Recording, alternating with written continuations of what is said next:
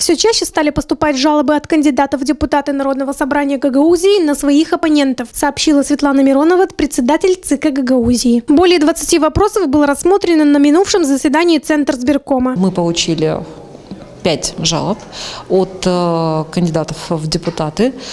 Значит, жалобы касаются, во-первых, действий конкурентов и действий некоторых компаний, частных телерадиокомпаний при проведении голосования и проведении освещения в средствах массовой информации избирательной кампании. Многие из поступивших в ЦИК жалобы были отклонены, так как, по мнению Мироновой, данный орган не вправе решать конфликты между оппонентами. Центральная избирательная комиссия в соответствии с статьей 30 может рассматривать жалобы конкурентов и избирателей только на действия и постановления участковых избирательных бюро и окружных избирательных советов. Фактически мы не вправе рассматривать жалобы на действия и самих конкурентов.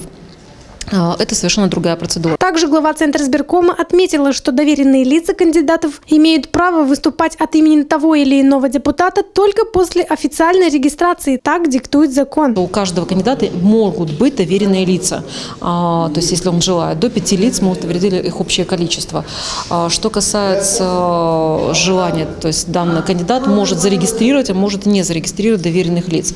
И если он их регистрирует, то доверенные лица уже осуществляют от его имени связи со всеми возможными органами местной публичной власти. С 20 августа представители ЦИКа начинают проводить инструктивные семинары для работников избирательных органов в населенных пунктах Гагаузии. Обязательно будет разъяснено, как проводятся выборы, на что они должны обратить внимание в день выборов, до дня выборов, при получении бюллетеней и так далее.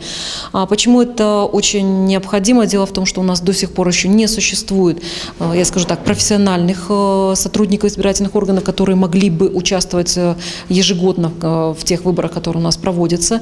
И, насколько мне уже известно, достаточно много новых сотрудников избирательных органов, пока еще, которые практически не понимают, не знают, что такое выборы как таковые. И нам необходимо просто-напросто их научить эффективной организации проведения выборов. К проведению данных семинаров привлекаются работники правоохранительных органов, так как именно они должны будут обеспечить законность выборов, работники МЧС, обеспечивающие безопасность, а также сотрудники Молтелекома и Юнион Финоза.